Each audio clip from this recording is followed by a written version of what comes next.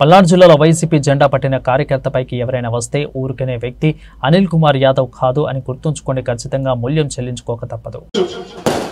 ఇక్కడి నుంచి చెప్తా ఉన్నా, జూన్ 4 తర్వాతన ఖచ్చితంగా ఆ బిడ్డ మీద చేయాల్సిన వాడు ఖచ్చితంగా మూల్యం చెల్లించుకుంటాడని చెప్తా ఉన్నా. ఖచ్చితంగా మూల్యం చెల్లిస్తూ ఉంటాడు. మా జెండా పట్టుకున్న వాళ్ళ మీద, మా కోసం అభిమానాలు ఇచ్చిన వాళ్ళ మీద కానీ ఎవరైనా కానీ వస్తే ఊరుకునే వ్యక్తి అనిల్ కుమార్ యాదవ్ కాదు అని మాత్రం తెలియజేస్తాను.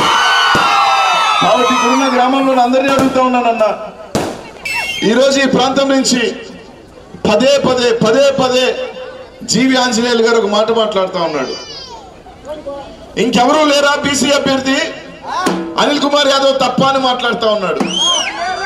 నేను జీవి ఆంజనేయులు గారిని అడుగుతా ఉన్నా, ఏమయ్యా వైఎస్ఆర్సీపీలో నుంచి ఎంపీని తెచ్చుకున్నారు, టీడీపీలో ఇంకెవడూ మనిషి లేడా అని అడుగుతా ఉన్నా. మీకు 5 సంవత్సరాలు వైసీపీలో ఉన్న ఎంపీని తీసుకొచ్చి మీరు పోటీ చేయించుకున్నారే, మీ పార్టీలో ఇంకెవడూ లేడా?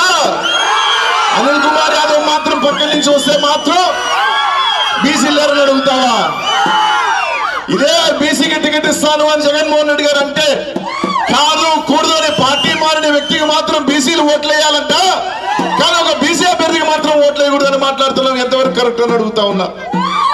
కాబట్టి జీవి ఆంజనేయులు గారిని అడుగుతా ఉన్నానన్న, గుంటూరులో గల్లా జయదేవు ఎక్కడి నుంచి ఊడిపడ్డాడు? మీ పార్టీలో మాత్రం చిత్తూరు నుంచి వచ్చి గుంటూరులో పోటీ చేయొచ్చు, అది సబబే. కానీ ఒక బీసీ అభ్యర్థి మాత్రం నెల్లూరు నుంచి ఇక్కడ పోటీ చేస్తే మాత్రం అది మీకు కరెక్ట్ కాదు. మీ లోకేష్ ఎక్కడి నుంచి వచ్చాడు? మంగళగిరి, చిత్తూరు. చిత్తూరు నుంచి వచ్చి మంగళగిరిలో పోటీ చేస్తున్నాడు, చిత్తూరులో పోటీ చేయొచ్చుగా. అంటే మీకొక న్యాయం, అనిల్ కుమార్ యాదవ్ ఒక న్యాయమా? జీవి ఆంజనేయులు అడుగుతున్నా, అనిల్ కుమార్ యాదవ్ అంటే తడుస్తుందా అని అడుగుతా ఉన్నా. తడుస్తుందా? అభ్యర్థిగా వచ్చా మాటకు వస్తే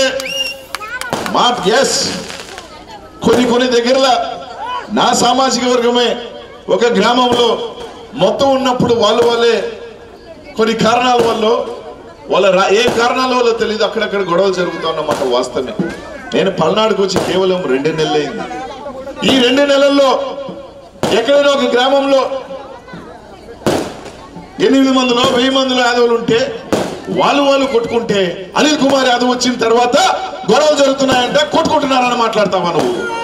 నేను ఒకటి అడుగుతా ఉన్నానన్న, అంటే నెల రోజుల్లో వచ్చిన తర్వాత నేను యాదవులు కొట్టుకోమని నేను చెప్పానా అని అడుగుతా ఉన్నా. కనీసం నాకున్న దాంట్లో 5 గ్రామాలు కూడా తిరగాలని పరిస్థితి. 500 గ్రామాలు ఉంటే ప్రతి గ్రామానికి తిరుగుతూ ఉన్నాను. ఖచ్చితంగా చెప్తా ఉన్నా జీవి ఆంజనేయులు గారు, నేను ఖచ్చితంగా కూడా ఈ పార్లమెంట్ నుంచి ఎంపీ అవుతా. తప్పకుండా మీ చరిత్ర రాస్తాను. బీసీ సోదరులకి, ఎస్సీ సోదరులకి అండగా కూడా ఉంటా. కానీ ఒకటి అడుగుతా ఉన్నా, రెచ్చగొట్టే పని మానుకో, అబద్ధాలు చెప్పే పని మానుకో. ఎవరు నిన్న ఇదే మాట్లాడుతున్న జీవి ఆంజనేయులు అడుగుతున్నా, నీ సొంత గ్రామంలో వైఎస్ఆర్సీపీ జెండా పట్టుకొని నా నామినేషన్ కి రావాలనుకుంటే ఆ పిల్లోని మీరు తలకాయ పగలగొట్టి ఈరోజు గుంటూరు హాస్పిటల్లో ఉన్నాడు కదా నా బీసీ బిడ్డ, దానికి సమాధానం అడుగుతా ఉన్నా. నీ సొంత గ్రామంలోది, దానికి సమాధానాలు లేవు. ఆ గ్రామంలో మీకు వ్యతిరేకం ఎవరు? మీ మీద కొట్లాడుతుంది ఎవరు? మీ మీద పోరాడుతుంది ఎవరు? బీసీ సోదరులు కాదా అని అడుగుతా ఉన్నా. కాబట్టి రాజకీయంగా మాట్లాడుకుందాం, పార్టీ గురించి మాట్లాడుకుందాం. 2 నెలలు అయింది నేను వచ్చి, అప్పుడే నా సౌరంగా ఏదేదో మాట్లాడుతూ ఉన్నాడు ఆయన. ఏందో అర్థం కావట్లా. ఖచ్చితంగా చెప్తా ఉన్నా, ఈరోజు మీకు బలం ఉండొచ్చు, మీ గ్రామాలలో కొంతమంది పెత్తందారులు మీరు మా వాళ్ళని తాకొచ్చు. ఇక్కడి నుంచి చెప్తా ఉన్నా, జూన్ 4 తర్వాతన ఖచ్చితంగా ఆ బిడ్డ మీద చేయాల్సిన వాడు ఖచ్చితంగా మూల్యం చెల్లించుకుంటాడని చెప్తా ఉన్నా. ఖచ్చితంగా మూల్యం చెల్లిస్తూ ఉంటాడు.